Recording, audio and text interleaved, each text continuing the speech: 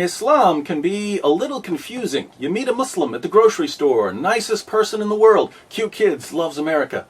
Later that day, you turn on your television and wait a minute, some other Muslim just blew up the grocery store. What's going on here? Who represents Islam? The peaceful Muslim buying tomatoes or the violent Muslim bombing tomatoes? You'd like an answer, so you open up the Quran. You read Surah 2, 256, there is no compulsion in religion. That sounds peaceful and tolerant. I guess the peaceful Muslims are the true followers of Islam. Then you go to Surah 929, fight those who do not believe in Allah. That's not nice. Now it seems like the violent Muslims got it right. The evidence points in different directions, so what are you supposed to believe? Partnership between America and Islam must be based on what Islam is, not what it isn't. If you've ever wondered why there are both peaceful and violent passages in the Quran, if it's ever bothered you that Muslims demand religious tolerance in the West while Christians and Jews can't build churches or synagogues in Saudi Arabia, if you've never quite grasped why organizations like CARE or ISNA claim that Islam is a religion of peace while they support terrorism behind the scenes, welcome to the most important video you'll ever watch. You can't understand Islam in the world today without understanding one essential fact.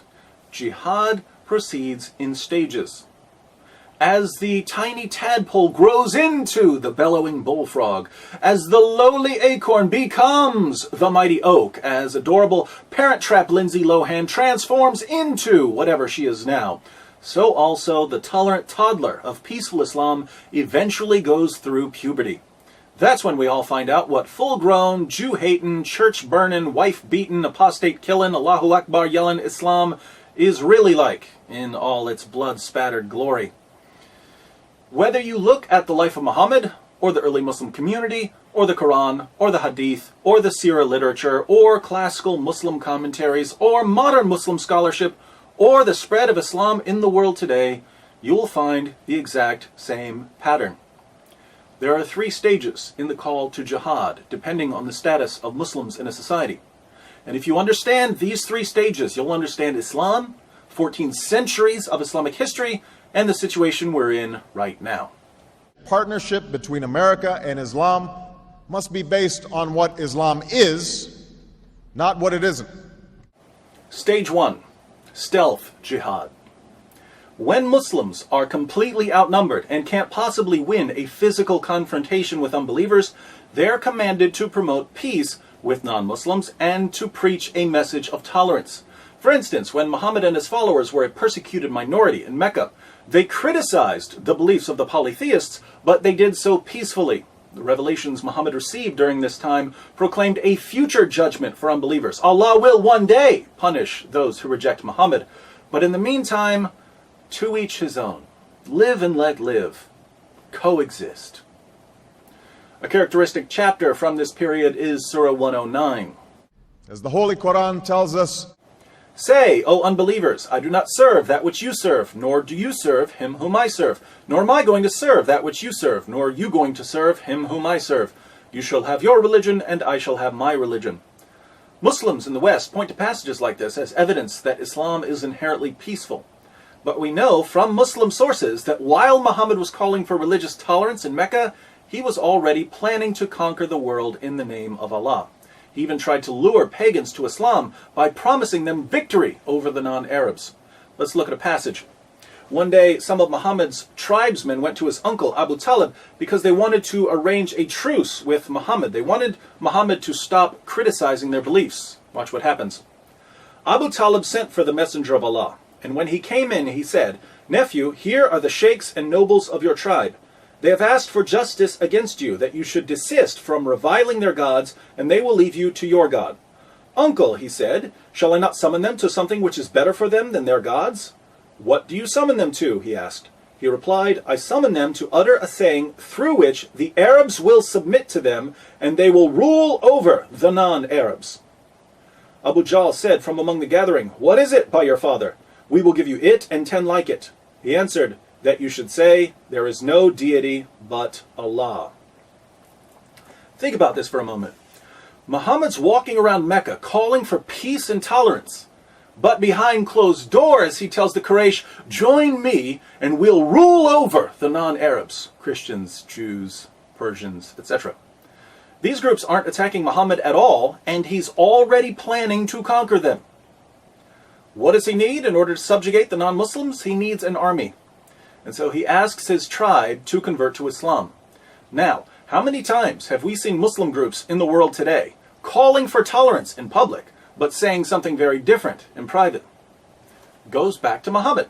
One of the key features of stage 1 is taqiyya, concealing Islam's true intentions in order to protect the Muslim community. This was eventually made explicit in Surah 3:28. As the Holy Quran tells us, let not the believers take disbelievers for their friends in preference to believers. Whoso doeth that hath no connection with Allah, unless it be that ye but guard yourselves against them, taking, as it were, security. Muslims aren't allowed to be friends with non-Muslims unless they're outnumbered and they feel like they're in danger from a stronger adversary. That's when Muslims are told to pretend to be friendly. One of Islam's greatest scholars, Ibn Kathir, comments, in this case, such believers are allowed to show friendship outwardly, but never inwardly. Abu Darda, one of Muhammad's companions, put it this way, we smile in the face of some people, although our hearts curse them. Assalamu alaikum. Another key feature of stage 1 is victim status. Muslims like to pretend that Muhammad and his followers were persecuted in Mecca simply because they were Muslims. Total nonsense. They were persecuted for antagonizing the Meccans by mocking their beliefs. We read in At-Tabari, the Messenger of Allah proclaimed Allah's message openly and declared Islam publicly to his fellow tribesmen. When he did so, they did not withdraw from him or reject him in any way until he spoke of their gods and denounced them. When he did this, they took exception to it and united in opposition and hostility to him, except for those of them whom Allah had protected from error by means of Islam. Notice that the pagans of Mecca had no problem with Muhammad preaching Islam. They became angry when he began attacking their beliefs, and they had to put up with quite a bit. Listen to this description of what the pagans went through in their own words. We have never seen the like of what we have endured from this man. He has derided our traditional values, abused our forefathers, reviled our religion, caused division among us, and insulted our gods. We have endured a great deal from him. Assalamu alaikum. Muhammad was condemning their beliefs and their values. He was causing division in the city. Not too extreme from a Western perspective. What's interesting is that when the people of Mecca responded in kind and mocked Islam, Muslims said, oh, they're persecuting us. What evil people attacking us because of our beliefs. Double standards. One of the goals of the stealth jihad stage is to give Islam a privileged status above other religions. But Muhammad's constant antagonism towards the Meccans did lead to actual persecution. And this persecution of the early Muslim community was the best thing that ever happened to Islam. When people heard that poor, defenseless Muslims were being mistreated, they rushed to Muhammad's aid. The Christians of Abyssinia, the Jews of Medina, and various pagan groups all agreed at one time or another to protect Muslims from the mean, bigoted Islamophobes in Mecca. Now keep in mind, Muhammad was already planning to conquer all of these people. But they didn't know that. All they knew was that Muslims were being persecuted and they wanted to help. Once Muhammad and his followers had formed enough alliances and were no longer at the mercy of the Meccans, the message of the Quran suddenly changed. Partnership between America and Islam must be based on what Islam is, not what it isn't. Stage 2. Defensive jihad. When there are enough Muslims and resources to defend the Islamic community from attacks, persecution, or criticism, Muslims are called to engage in defensive jihad, fighting unbelievers who pose a physical or intellectual threat to Islam. After the city of Yathrib, now called Medina, agreed to protect the Muslim community, Muhammad and his followers left Mecca, and they were given permission to fight. Surah 22, 39 to 40. As the Holy Quran tells us, Permission to fight is given to those upon whom war is made because they are oppressed, and most surely Allah is well able to assist them, those who have been expelled from their homes without a just cause, except that they say, "Our Lord is Allah." Did you catch that? According to the Quran, Muslims were kicked out of Mecca simply because they believed in Allah. We've already seen that the Meccans had no problem with Muslims believing in Allah, or even with Muslims preaching Islam. They had a problem with Muhammad mocking their religion and causing division in their city. But again, Muslims needed victim status for their protection, so I guess Allah decided to fudge history just a little. And throughout history, Islam has demonstrated through words and deeds the possibilities of religious tolerance and racial equality. Now that Muhammad had several non-Muslim groups ready to defend him, he turned to the primary tactic of stage 2, terrorism. The people of Mecca depended on the caravan trade for their survival. Anyone who had money would invest it, hoping to get back something extra to feed their families. If a caravan was robbed or didn't return, children might starve. So instead of living a peaceful life in Medina, Muhammad started attacking the Meccan caravans. Muslims launched 7 attacks against the caravans, and the Meccans never retaliated. During the 7th attack, Muslims killed a man, and they took the goods and some captives as well. The problem was that it was still the holy month when everyone agreed not to fight. Muhammad was a bit worried about this at first, but then he received Surah 2:17. As the Holy Quran tells us, "They question thee, O Muhammad, with regard to warfare in the sacred month. Say, warfare therein is a great transgression, but to turn men from the way of Allah, and to disbelieve in Him and in the inviolable place of worship, and to expel His people thence, is a greater transgression with Allah, for persecution is worse than killing." Persecution is worse than killing. Yes, we killed a man during the holy month when there was a universal agreement not to fight, but you persecuted us, and that's worse. So don't you dare judge us. The Meccans had been trying to avoid war, but it was clear that the Muslims weren't going to stop attacking the caravans, and that Meccan trade and the livelihood of the city would never be safe. So the pagan tribes sent an army to protect the next caravan. Muslims attacked and defeated the Meccans at what became known as the Battle of Badr.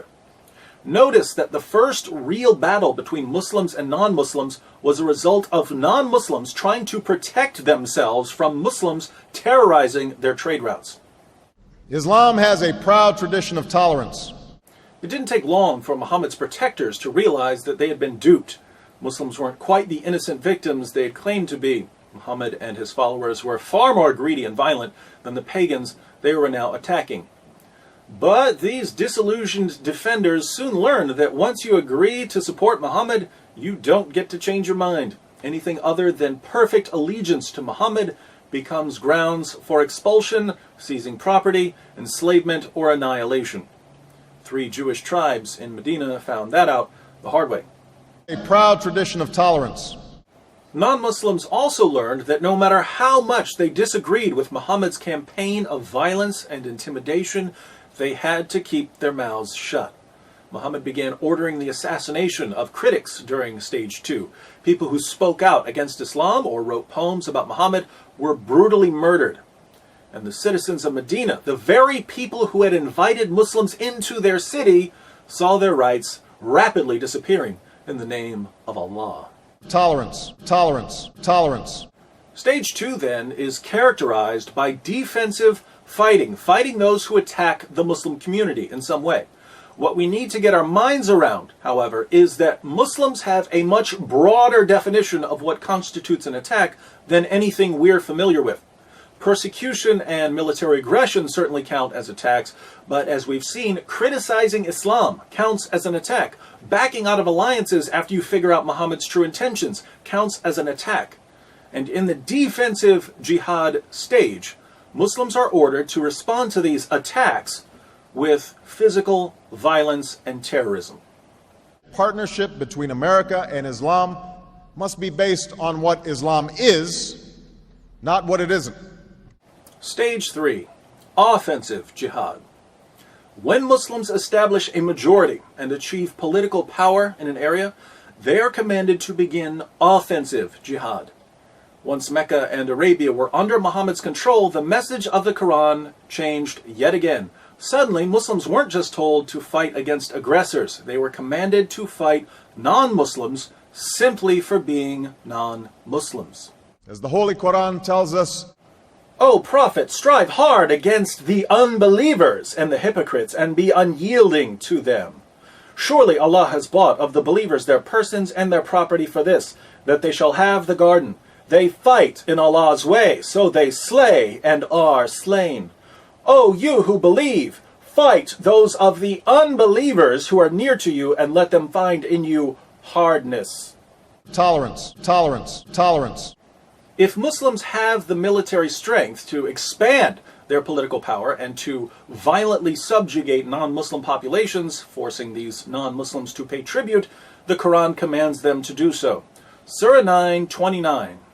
As the Holy Quran tells us, Fight those who believe not in Allah nor the last day, nor hold that forbidden which hath been forbidden by Allah and His Messenger, nor acknowledge the religion of truth from among the people of the book, until they pay the jizya with willing submission and feel themselves subdued.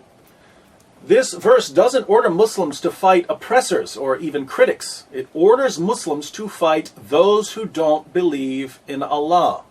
tolerance, Tolerance, tolerance, tolerance, tolerance, tolerance. We find similar teachings in Islam's most trusted collections of ahadith. Sahih al-Bukhari 69:24. Muhammad said, I've been ordered to fight the people till they say, La ilaha illallah. None has the right to be worshipped but Allah, and whoever said, La ilaha illallah, Allah will save his property and his life from me. tolerance, religious tolerance, tolerance, religious tolerance. Sahih Muslim, number 30. Muhammad said, I've been commanded to fight against people so long as they do not declare that there is no God but Allah. Muhammad didn't say, I've been commanded to fight people until they stop persecuting us. That would be stage 2. It's stage 3. And the same guy who complained just a few years earlier that people were persecuting him because of his beliefs now says he's been commanded to fight people based on what they believe. Total hypocrisy. Religious tolerance, religious tolerance, religious tolerance. In the offensive jihad stage, Muslims can also expel Christians and Jews from lands they've been living in for centuries in order to keep certain areas that are important to the Muslim community pure. Areas such as Arabia. In Sahih Muslim 43:66, Muhammad says, I will expel the Jews and Christians from the Arabian Peninsula and will not leave any but Muslims. He won't leave anyone but Muslims. Is this a man who promoted religious diversity and tolerance? Only when he was in the minority. As soon as Muslims had control of the government, diversity and tolerance went out the window, along with the Jews and Christians. We will convey our deep appreciation for the Islamic faith, which has done so much over the centuries to shape the world. So this is the pattern that's been laid down for Muslims by their prophet. Stage 1, stealth jihad. When Muslims are too weak to fight, they promote peace and tolerance outwardly but never inwardly. They practice taqiyya, they prepare for jihad behind the scenes, they claim victim status, and they seek special privileges for Islam. Stage 2, defensive jihad. When Muslims are strong enough to fight but not strong enough to subjugate the unbelievers, they terrorize their enemies, murder critics, and look for excuses to attack other groups. Stage 3, offensive jihad. When Muslims are in the majority, they violently subjugate all non-Muslims, they strive to expand their political dominion, and they rid important Muslim lands of all non-Muslims. This is the pattern we find in the Quran, in the Hadith, and in the Muslim commentaries. Assalamu alaikum. Now, look around the world and tell me what you see. Saudi Arabia, what stage are they in? Stage 3, obviously. Massive Muslim majority. Lo and behold, if you're not a Muslim, you can't preach, you can't build a place of worship, you can't even set foot in the city of Mecca. Exactly what we would expect based on the Muslim sources. Certain places in Africa, and I'd say some areas of Europe, are in stage 2. Muslims have enough fighters and resources and alliances to fight defensively. And what do? We see terrorism. We see churches being burned to the ground or blown up in Nigeria and Ethiopia. We see no-go zones forming and critics of Islam being killed, even in Europe. Again, exactly what we would expect based on the Muslim sources. Here in America, where Muslims form a small minority of the population, what stage are we in? Stage 1. What's Islam all about, according to American Muslims? It's all about peace and tolerance. Muslims just want to be like everyone else, but racist hate mongers are attacking them because of their beliefs. That's why we should all be thankful that the government and Christians and Jews are stepping in to defend Muslims from bigots and Islamophobes, just as governments and Christians and Jews stepped in to defend Muslims during the time of Mohammed. And I consider it part of my responsibility as President of the United States to fight against negative stereotypes of Islam wherever they appear. My friends, how difficult is this to figure out? What have we discussed that a 6-year-old couldn't understand? Muslims have been using the same playbook for 14 centuries. It's in all their sources. It's as plain as day. And yet our leaders and the media just can't understand why Christians and Jews are second-class citizens in the Muslim world, or why Muslims in Europe are ready to kill over cartoons, or why Muslims in America are so desperate for victim status they'll cry discrimination when a home improvement store doesn't pay for advertising on one of the most boring shows ever. It's all right here. If someone can't understand this, I'd say he doesn't want to understand it. But we've reached a point in history when we can no longer afford to be willfully stupid. If our leaders are incapable of grasping the 3-step strategy of jihadists, they have no business leading a marching band, let alone a Western nation. Unfortunately, Muslims have been so successful in their stage 1 operations, they've convinced our leaders and the media that the only information we need when it comes to Islam is what's handed to us by terrorist-linked Muslim organizations like CARE. Bin Laden was not a Muslim leader. We're officially on our own. If we want to popularize this information, we'll have to do it ourselves. Sending this video to everyone you know would be a good start. I also think someone needs to put this material into a pamphlet so we can all pass out copies. Ah, what's this? It's a double-sided pamphlet discussing the 3 stages of jihad. Seems I've already done most of the work for you. All you need to do is go to my blog, answeringmuslims.com, click on the Jihad tab at the top, and open the 3 stages of jihad PDF pamphlet file.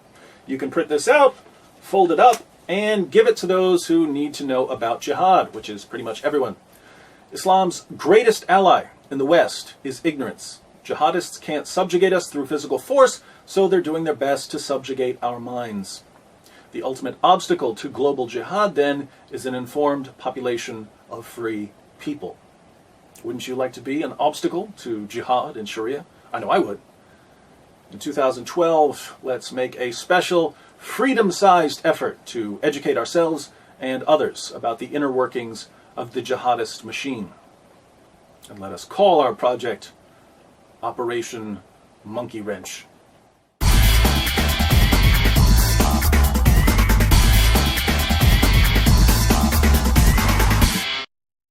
I think it's important to add a quick appendix on westernized Muslims. I've said in this video that Muslims in stage 1 are commanded to deceive non-Muslims in order to keep us ignorant of Islam's violent goals.